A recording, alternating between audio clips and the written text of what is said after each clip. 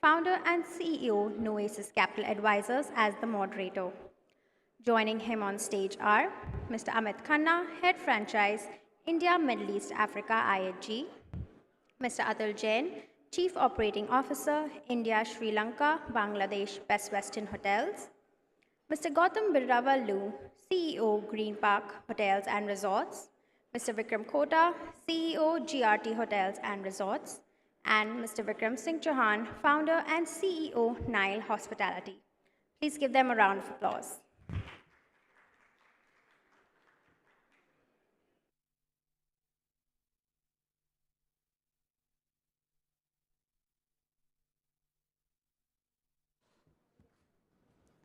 Hello, everyone. I hope you all had a great lunch. I hope not. Clap, clap. Snap, snap. Clap, clap. Snap, snap. Thank you for being part of this. So I'm trying to make everyone awake so we can have an engaging conversation today. So, panelists, let's start.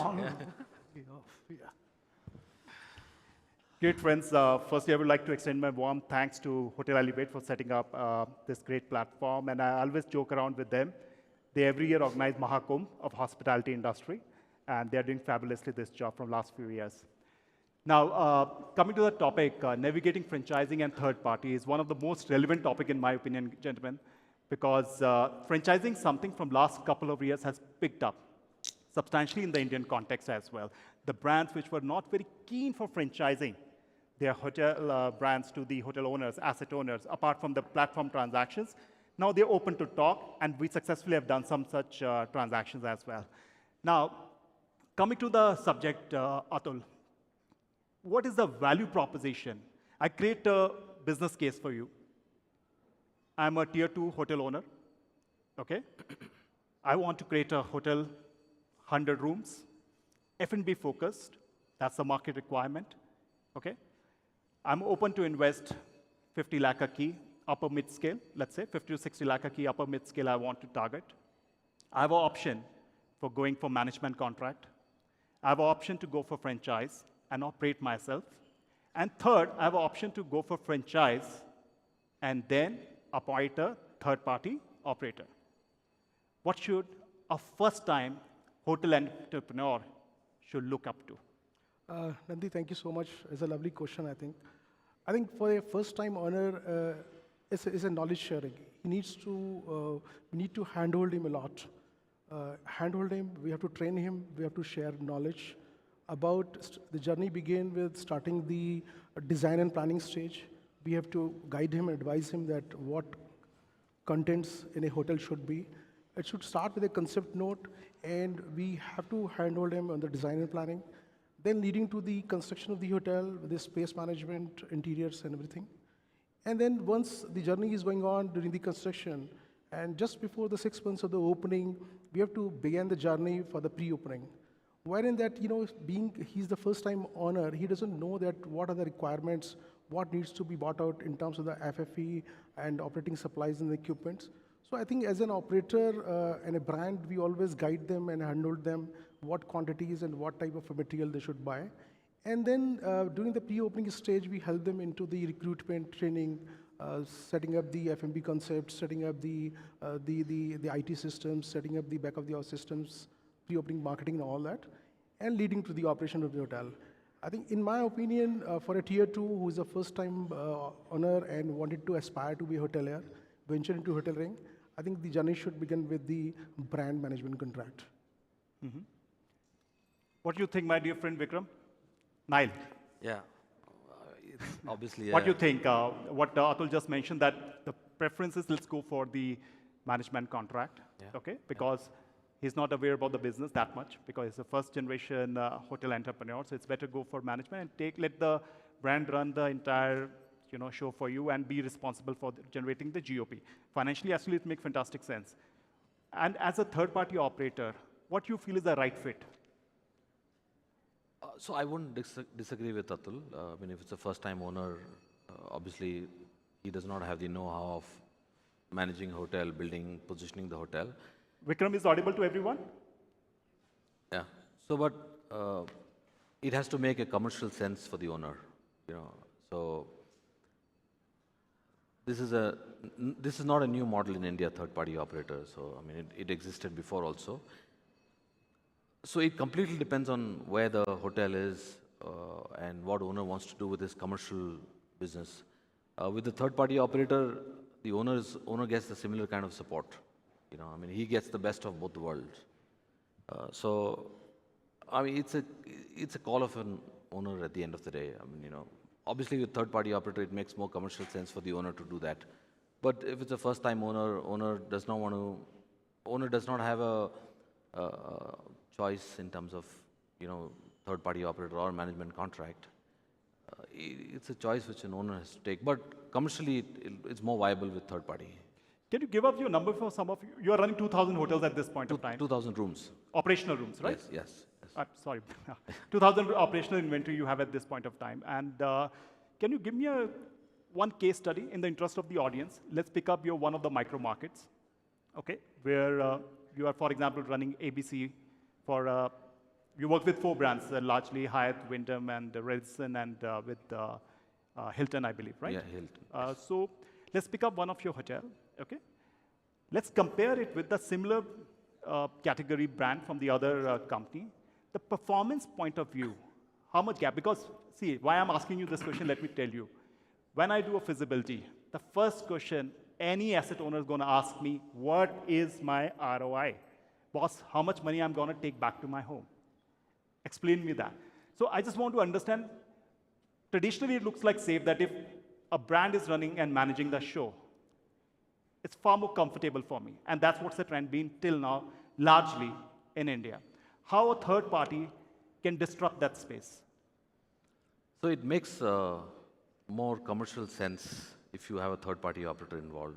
You know, owners obviously looking at the bottom line at all times.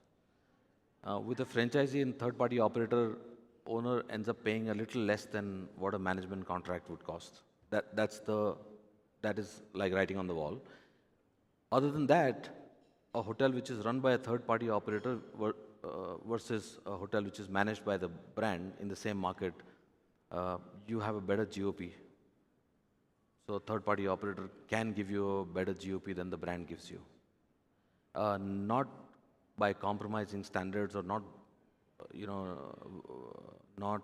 cutting down on cost, but the overall combination of third-party operators' expenses vis-a-vis management contract expenses are less.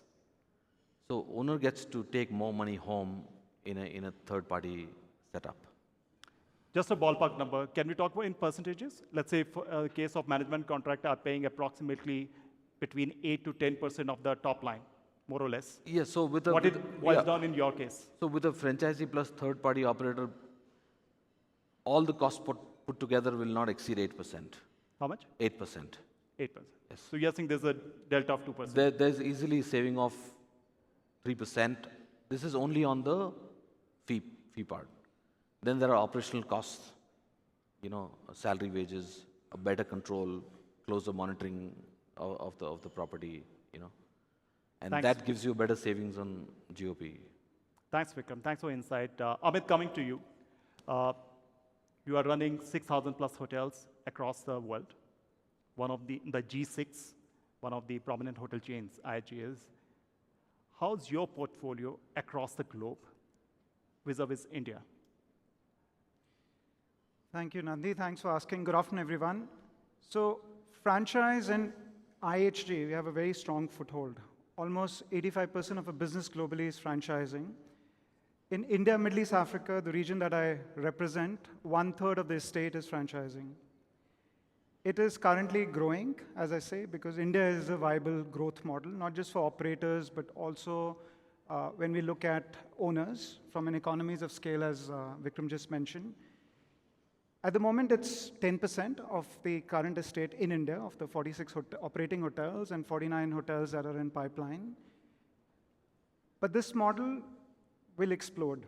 And when I say that, because it's the knowledge and know-how. 20 years ago, in Europe, you had hardly any franchise hotels, right? Predominantly were managed. Look at US. So as market matures, you start seeing an opportunity to grow the franchise estate. But I'm not saying one operating model is better than the other operating model. It's the brand, It's the operations knowledge, know-how. It's about the owner's appetite. And I think each model has its own wins. Even owned and lease has its own wins. So I won't say one model. It's easy to put one model against another model. But each has its own benefits. Because from the eyes of a customer, I'm sure you've all walked into this hotel or walk into various other hotels, you don't distinguish between an operating model. It's a brand promise that is delivered, and you always walk into a hotel understanding what's the value that's being paid through the brand promise. The operating model is a step back.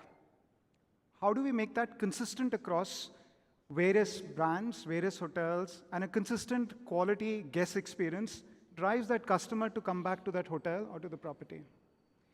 So to answer to your question, the opportunity is huge. It's a great, viable model for operators as well as for owners. And with the close working with third-party management companies, or another model that we have come up with, Franchise Plus, which is supporting the hotels through manage estate, general manager for a span of 3 to 4 years. And the idea is you put a superstar GM for a span of a couple of years to set the system, process, tools to move forward. Great. Then why you are reluctant in going with the same pace in India when it comes to franchising? What's stopping you? I wouldn't say we are reluctant. We're actually looking for more third-party management companies and also owners that are keen to franchise.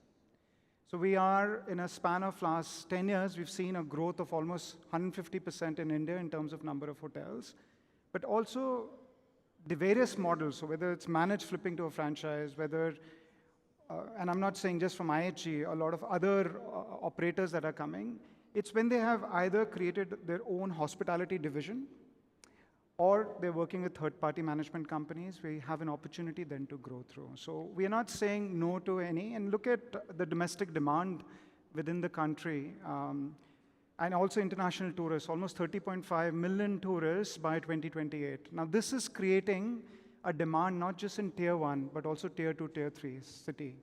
So the quality branded guest experience needs to be delivered through our operating model, whether it's managed, whether it's franchised, whether it's owned, whether it's leased through. So India is definitely an opportunity for us, and we'll see more and more hotels coming, right through from luxury lifestyle to premium essential and suites. So you have around 40 plus hotels at this point of time in India? 46. 46 operational. 46 operating and 49 in the pipeline. Superb. How much percentage is franchisee? At the moment, it's about 12, 13%. But we would see, like in IMEA, it's 30% of the 200 odd hotels that we have. It will, I won't say it's going to be 50-50 or 70-30.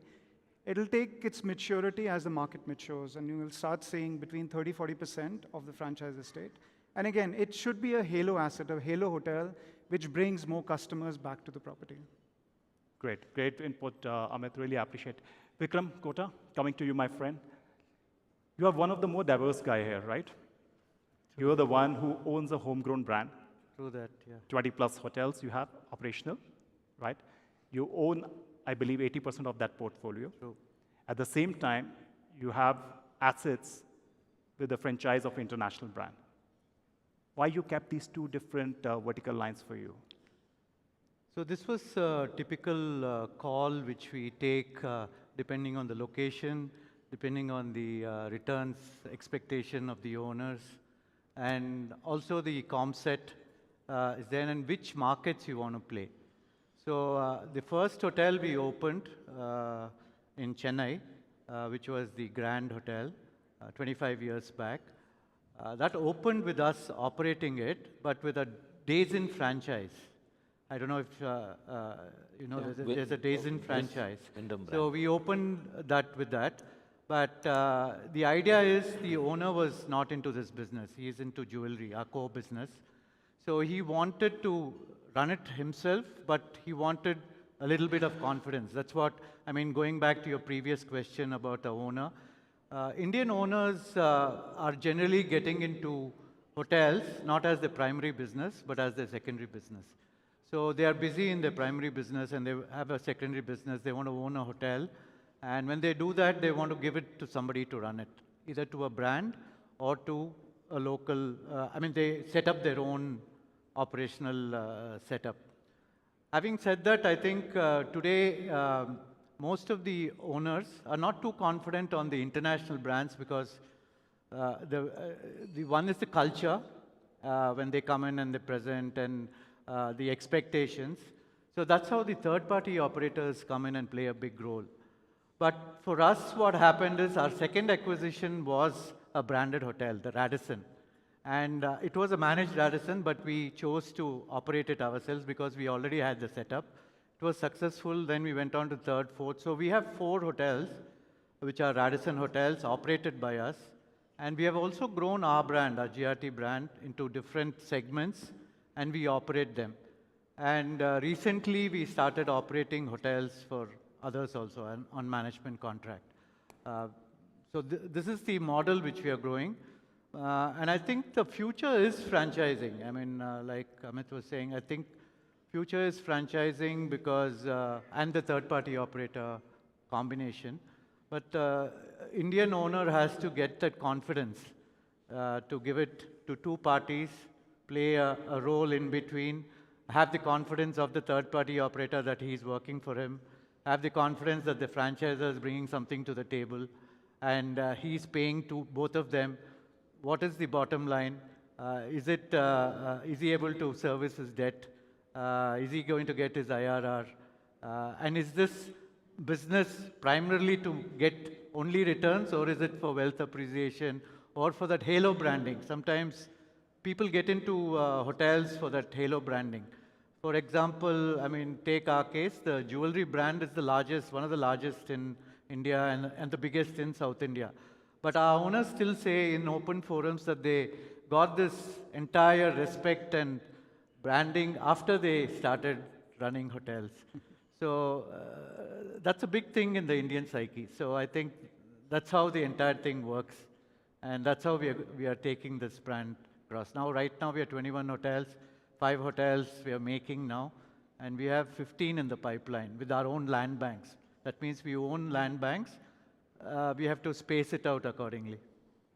Great, interesting. Just to add what you said on the investment and return perspective, I can give you 2 examples within Mumbai where the hotels, they both are in economy segment. Hotels return on per square foot, those hotels are generating far better than the office space.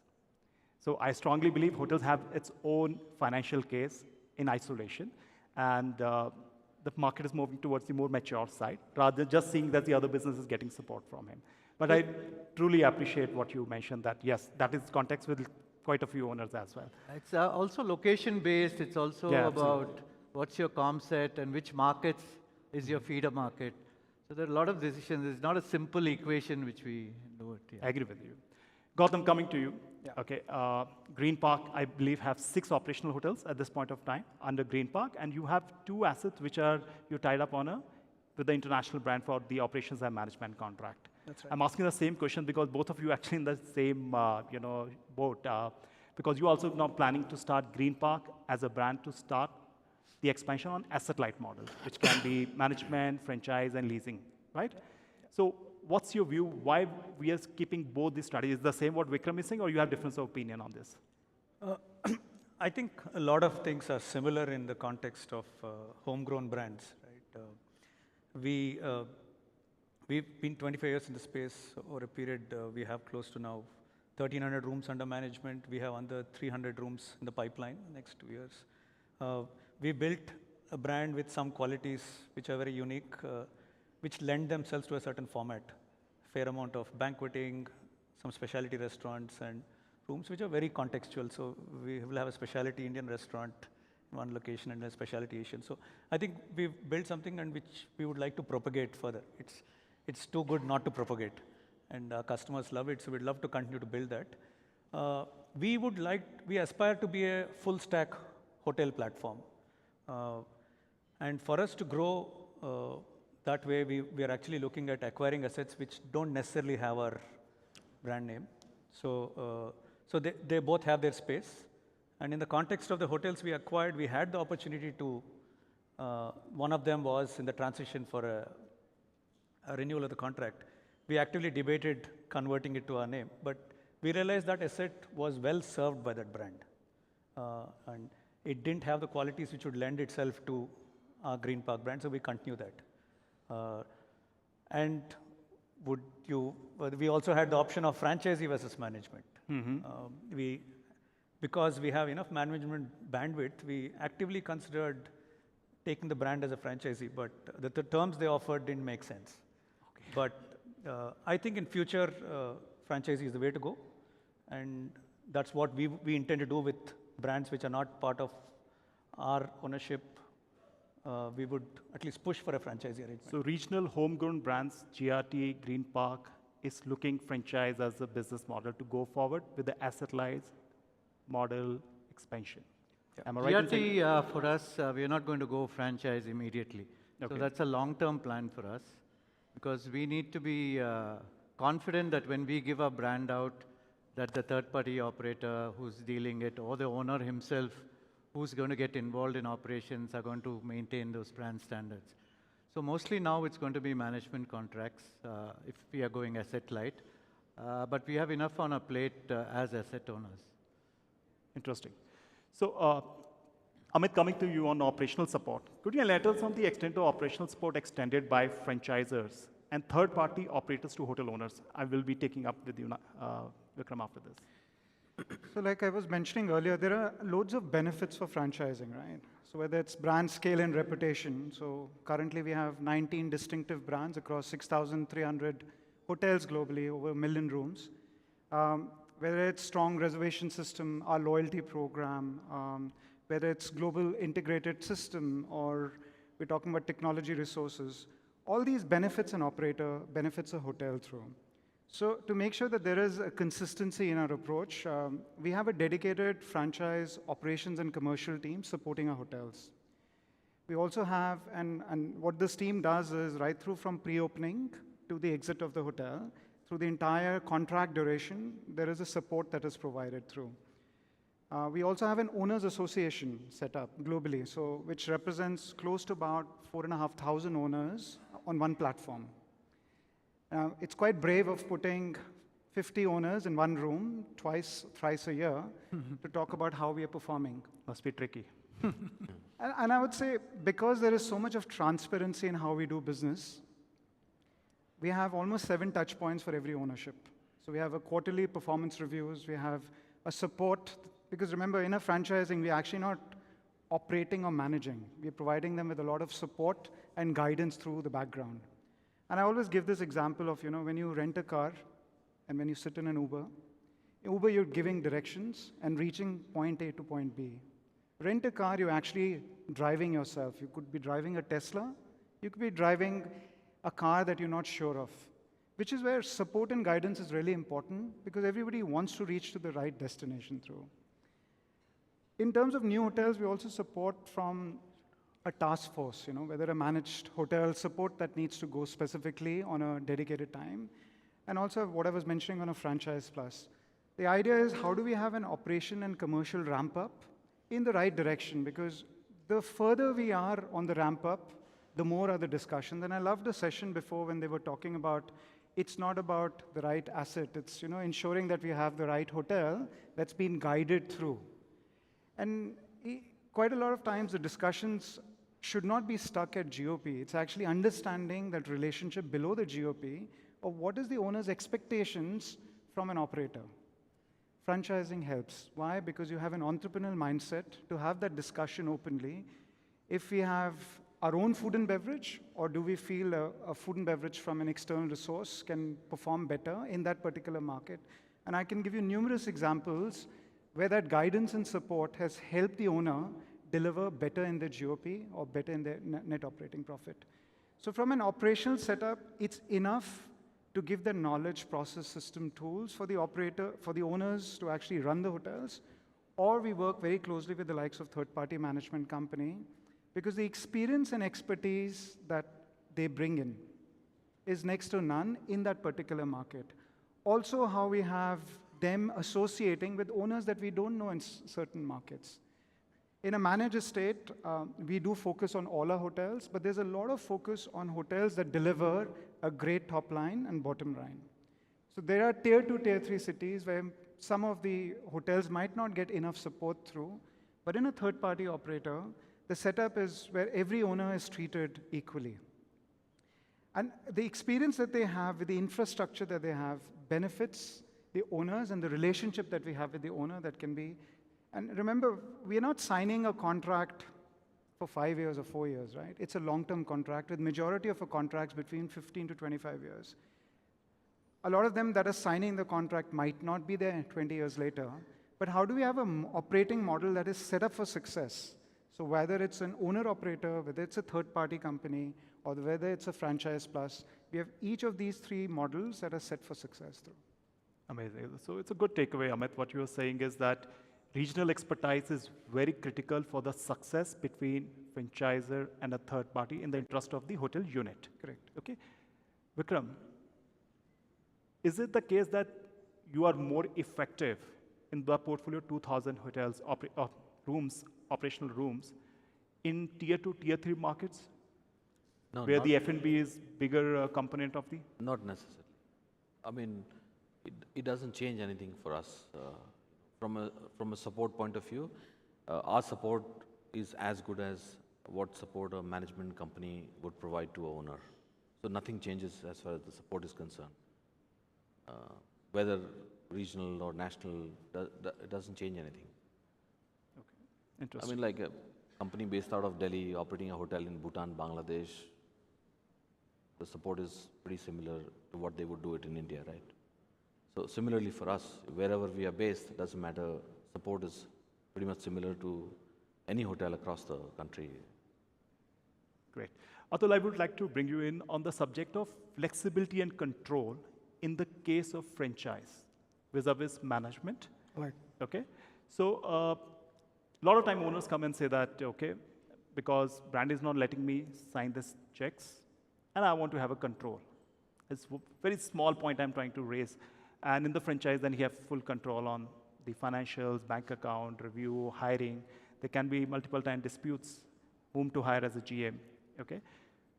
Do you think that in your case, you have a portfolio of 35 hotels, and out of which 20, I believe, is under franchise, yes, right? This is one of the important factors for them to decide on the franchise as a model to move forward? They want more flexibility and control? See, I just want to bring the perspective that globally, Best Western Hotel is a franchisee company. And the proposition of the Best Western International is very, very unique. It's not a company which is owned by a family or a corporate house. It's a members association wherein that owners of 2,500 Best Western hotels in North America are the real owners of the company. And they elect 7 directors amongst themselves who basically work as full-time in the corporate office, deciding on the policy matters, taking decision on behalf of their members. And each and every policy changes being approved by the member with the voting processes.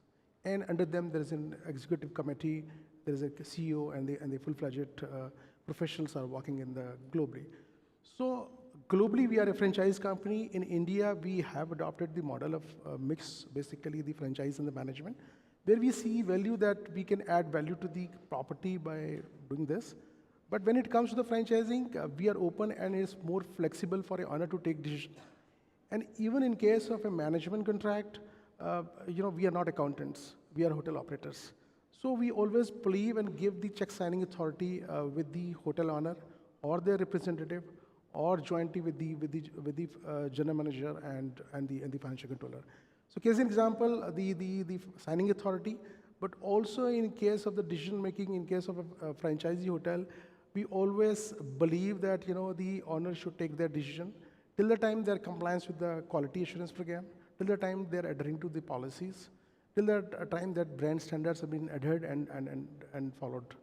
And our job is to provide them the training so that they understand, the team understands clearly about the what route they have to follow. Then apart from the training program is a distribution system which is very, very strong in our case. Our loyalty program is so strong that globally it's contributing about 46% business, and in India this figure is about 24%. So and in addition to that, the brand manuals, the quality assurance program is such that it takes the property to the higher heights in terms of creating the unique experiences for the customer. And whether it's a franchise or management, ultimate goal, as Amith said, is the success of the business. If the property is successful, owner is successful, we are in the business. If they are not successful, we are not in the business. So it's important that the property, the product should be successful, and that's the ethos, that's the principle, guiding principle for the best vision, because this company is run, operated, and managed by owners itself. So this is interesting there. Amazing. Vikram, coming to you. As a hotel owner, okay, what are the pros and cons for going with the established brand with a management contract versus going with a third-party operator but trying to create your own brand?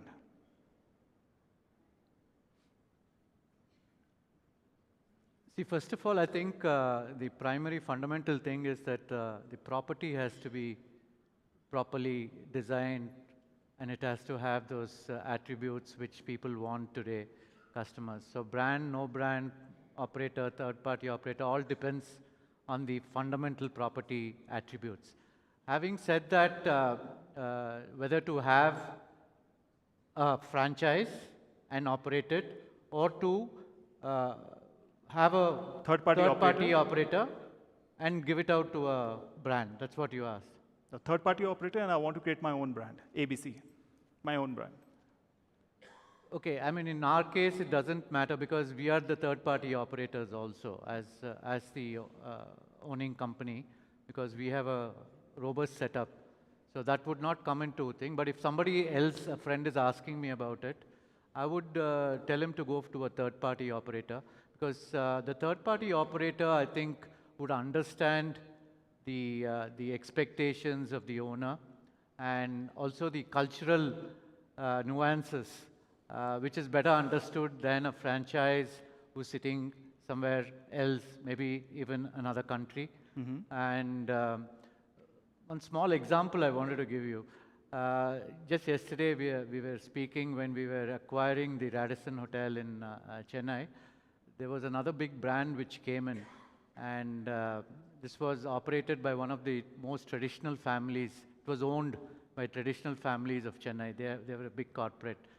So that the other brand just lost it because the person who came to negotiate lit a cigarette in the house of the owner who was selling it.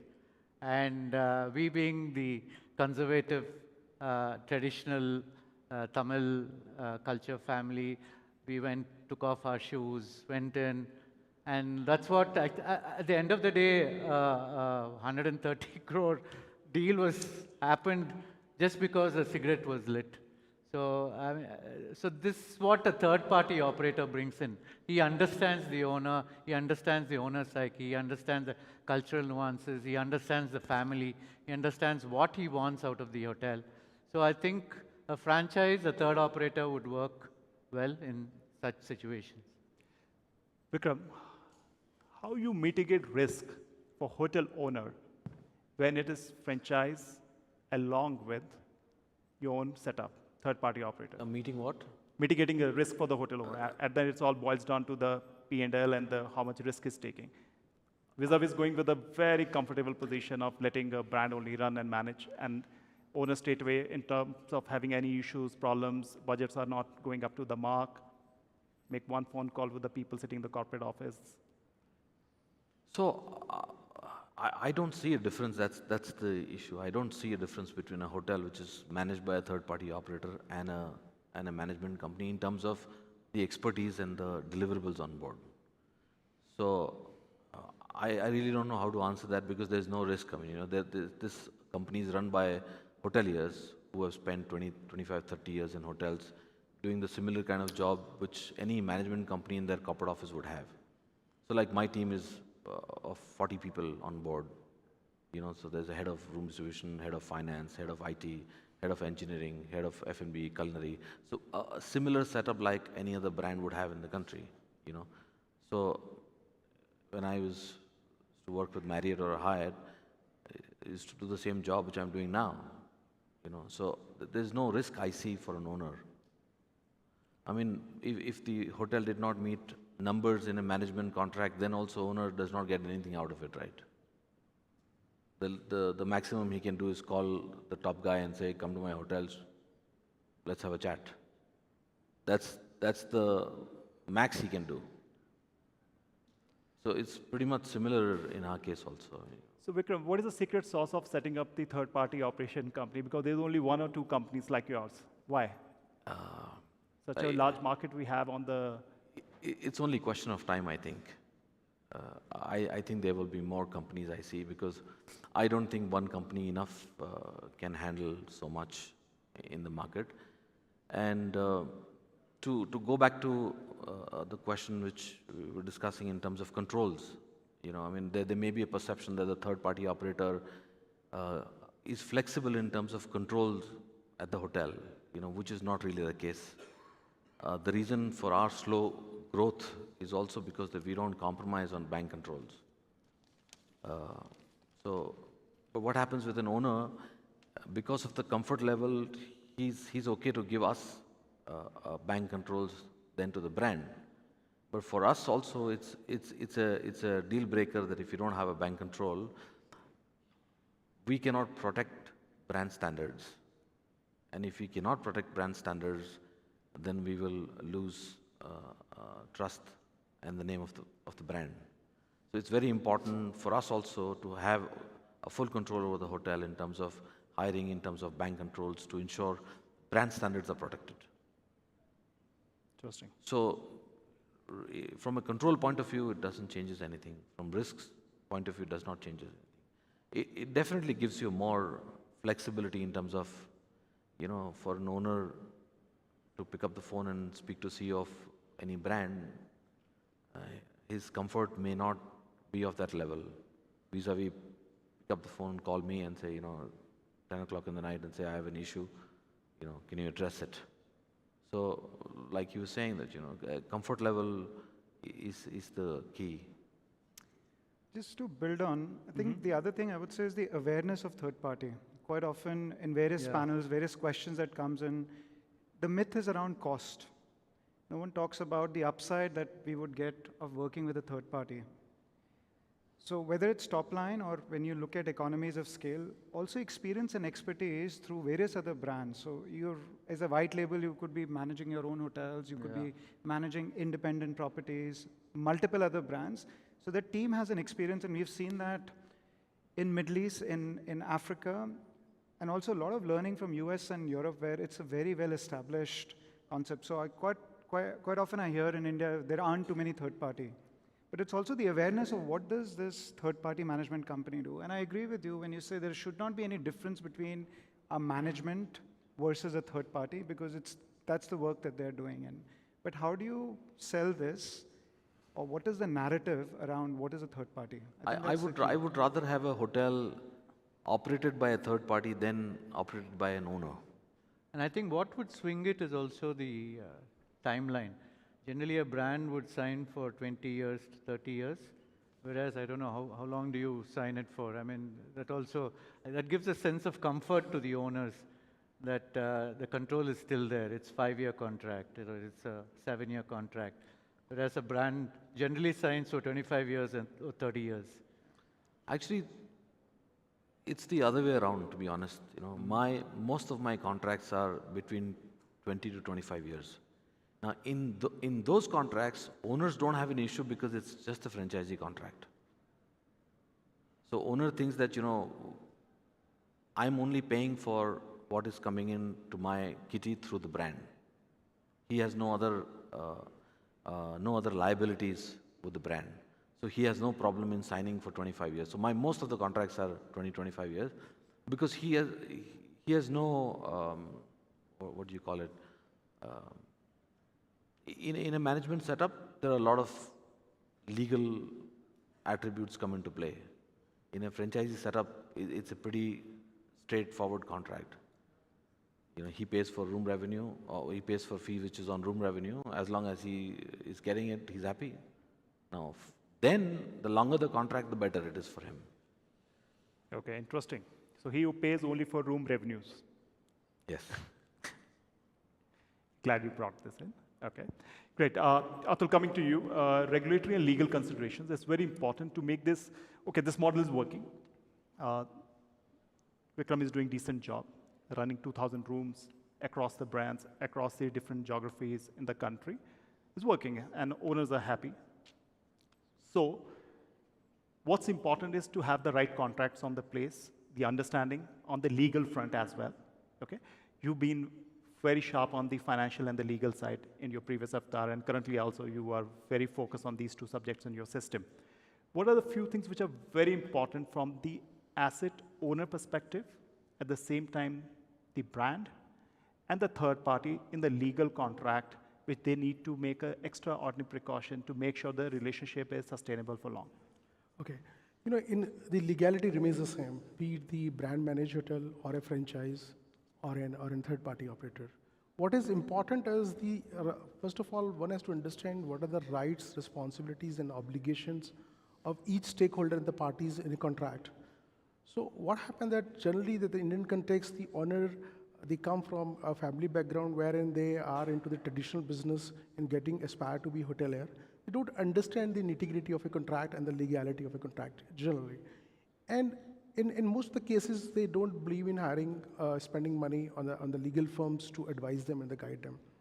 In such cases, if it is through a third party, they rely on the third party to negotiate the contract for them. Or in case of a direct brand management, they rely on normally their financial advisor to look at the contract and advise on it.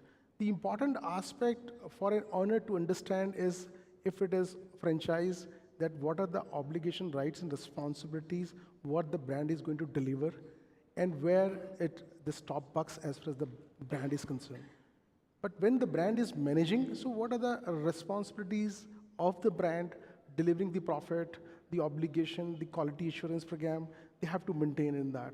In case of a third party, generally if it is a franchise in the third party, sometimes it creates confusion because the role responsibility is mingled up in their mindset, not in the contract.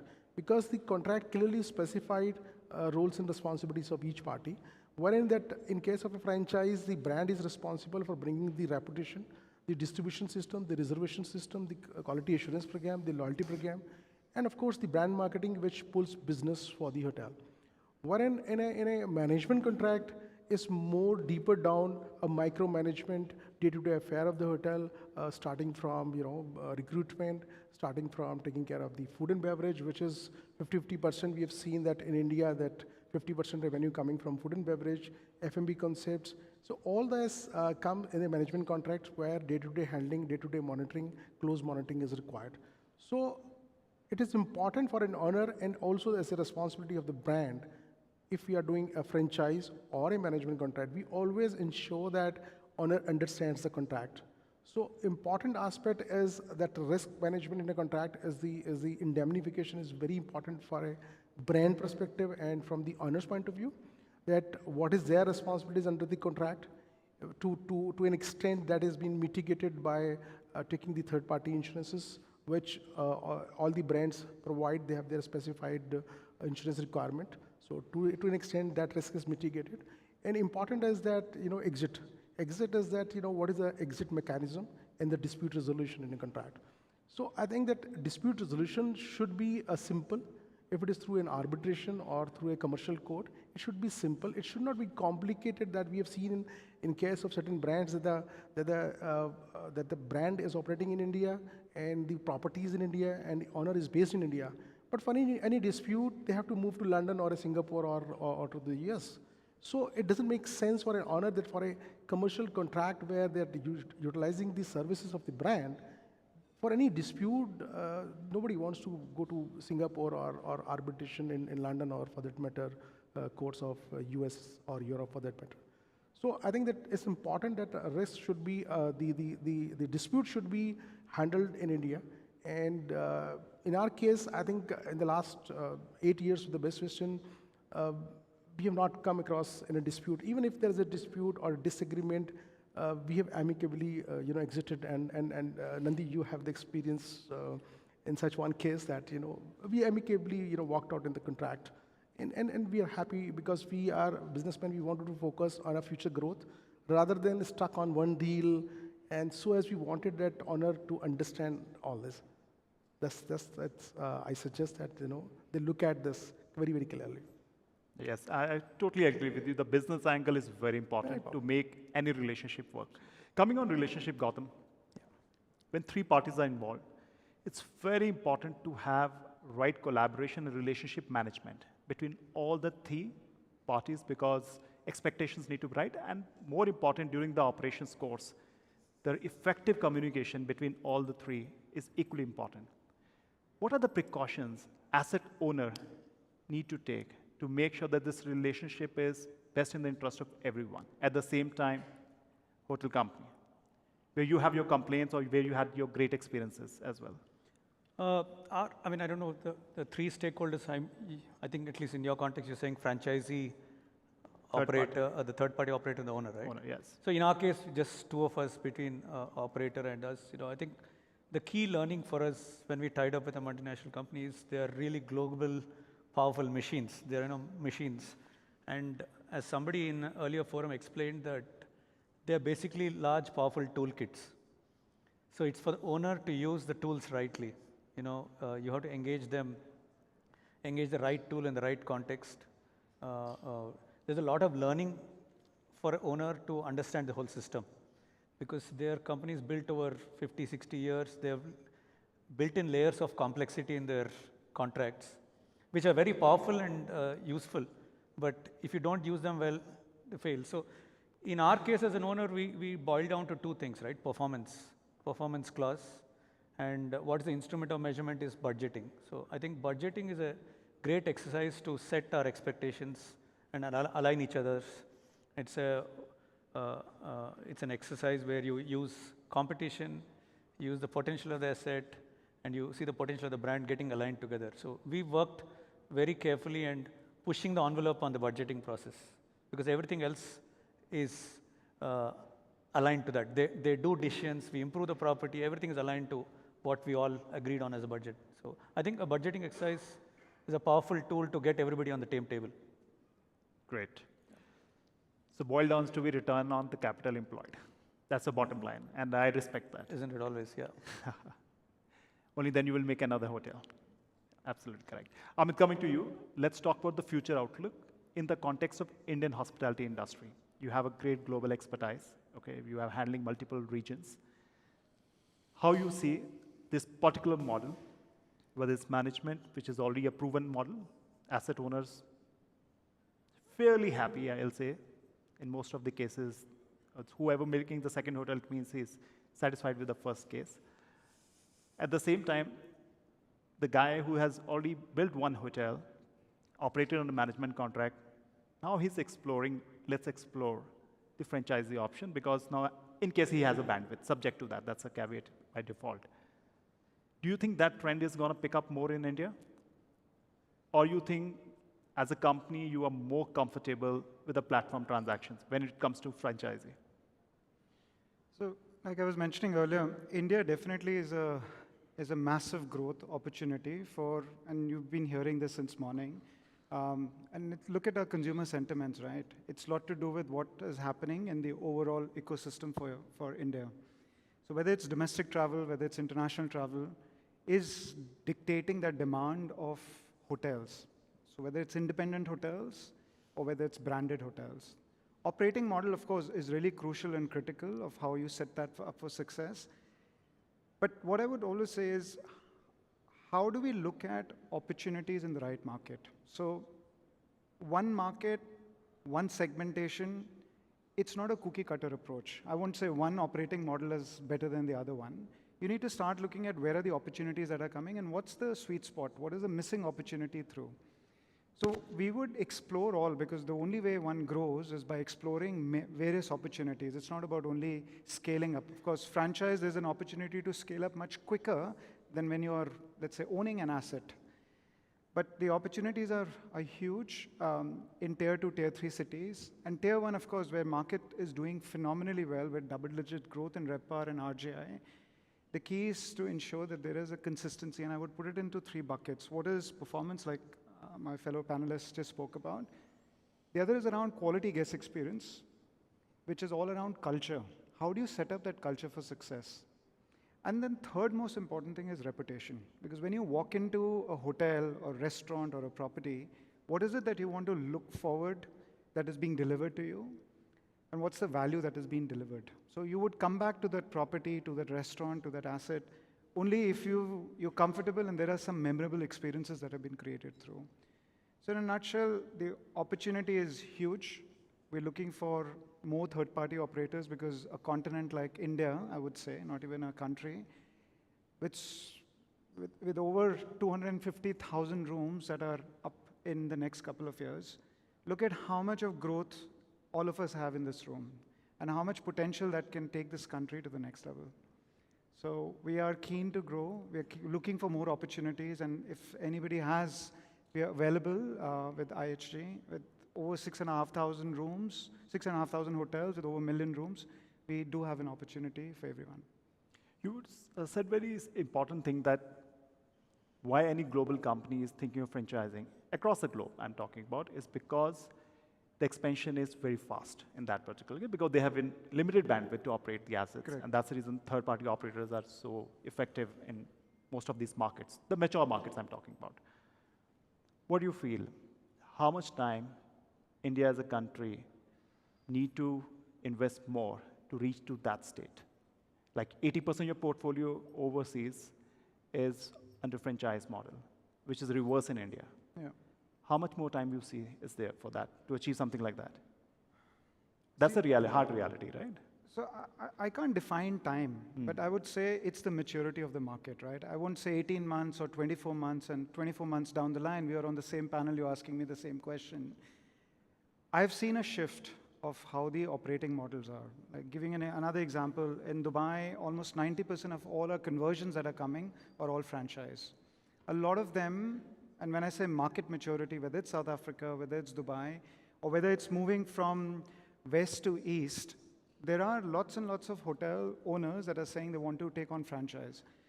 But we do something called as franchise evaluation. It's not about just giving a brand for someone. And to your point, what would a brand provide in? It's a tailor-made approach that we would have. We would definitely have, whether it's an owner-operator or whether it's through third party or a franchise plus. The idea is the success of the hotel. So I won't say one model is better than the other, but at the same time, the owner's knowledge and know-how of how to operate and run. And to your earlier point, you were talking about return on capital. I think it's really crucial and critical. What business do you invest in today that gives you the right output? And what's your, rather than return on egos, what is the return on investment that will help you grow your business? And we can take on more hotels and hopefully succeed in every single market through. I hate this line, return on ego, as a finance guy. Coming to you, the last one I'm taking, and then I will have a last closing remarks from all of you. Do you feel, when you're talking to international brands or national brands for that matter, that brands are open for franchisee when it is mid-scale, upper mid-scale? But when we are talking about upper upscale or luxury, they are hesitant to talk about franchise in Indian context. Is that the reality, as per your experience? No, I think up to upper upscale, there's no problem. It's only in case of luxury, which is fair. We don't have the expertise to run luxury hotels. So up to upper upscale, there is no problem. Brands are okay with. They're okay. Yeah. Super. Closing remarks, Atul? I would say that India has great opportunity, and we as the Best Western, being a global company with 4,000 plus hotels, and we are growing very fast. And we see opportunity because of the government projects like, I would like to highlight on two major projects close to my heart as the Bharatmala and the Sagarmala projects. We're seeing that with the growth of the highways and the construction of the highways, it is making it very easy to commute between the cities, and that easiness is bringing in a lot of opportunities to those smaller towns. A case an example that a gentleman came to us, and it's a very, very small town, a big, even a three-thirds town. He said, I want to build a hotel. We asked him why. He says, it's because of the current government. I said, what that government has did to you? He said that because of the Bharatmala project, now my city is connected through the highway, and that highway has shortened the time to transfer, to travel between a port town to my city, and now a dry port has been created by the government. So I see a lot of opportunity. Foreign companies are going to come and set up the system. So we see opportunity everywhere. Quickly, 30 seconds, Amith. I would say understanding the franchise operating model. It's very important. Each model has its own successes, but it's about understanding what you're stepping into. Superb. Gautam. I think if you see the common flavor problem that, talent is a big problem in this country. But I think there's a great opportunity for Indian hospitality entrepreneurs to create a great third-party management company. And I think all the brands will start giving more business. I think it's a great time for an entrepreneur to say, if you can find a secret sauce for managing large amount of people, training them and getting them hotelier ready, I think there's a great opportunity for a third-party company. Thanks, Gautam. Vikram. No, I think the way forward is that it's going to be a franchise or third-party operator. But I feel the third-party operator also is going to take a little while to mature in our country. So there are hybrid models today where you just outsource HR, where you outsource only sales, or you outsource a restaurant. So that's going to happen more and more until the owners try and give it to one single party as a third-party operator. Yes. Vikram, your closing remarks, please. Yeah, I think with the number of hotels scheduled to open in the country, I think it will be more of franchisee and third-party operations you will see in future. So I think it's a great time for third-party operators and brands both together ahead. Great. Thank you, Vikram. Gentlemen, we open for a couple of questions, if anyone would like to ask anything.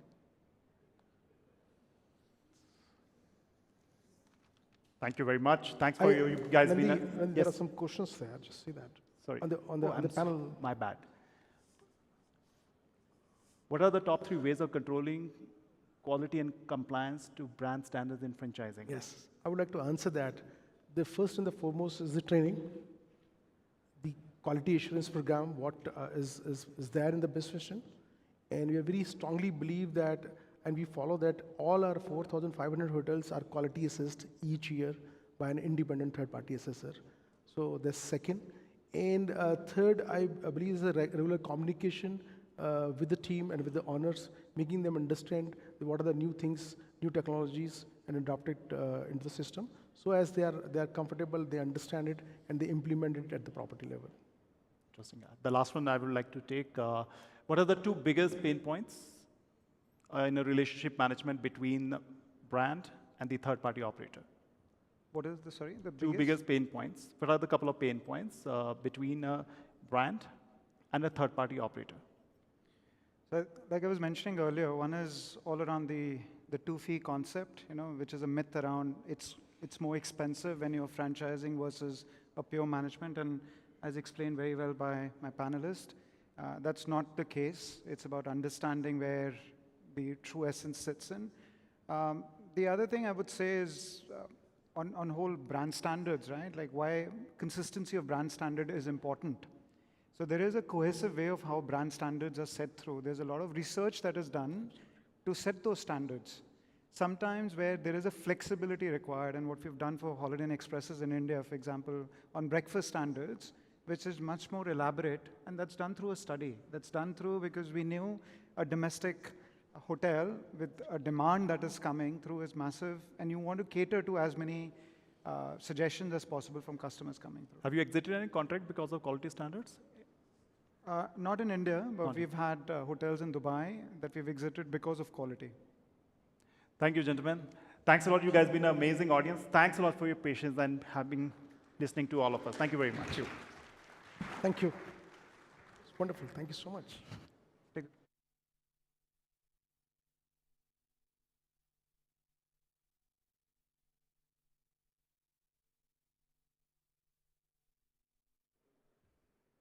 Thank you. We now have a short break.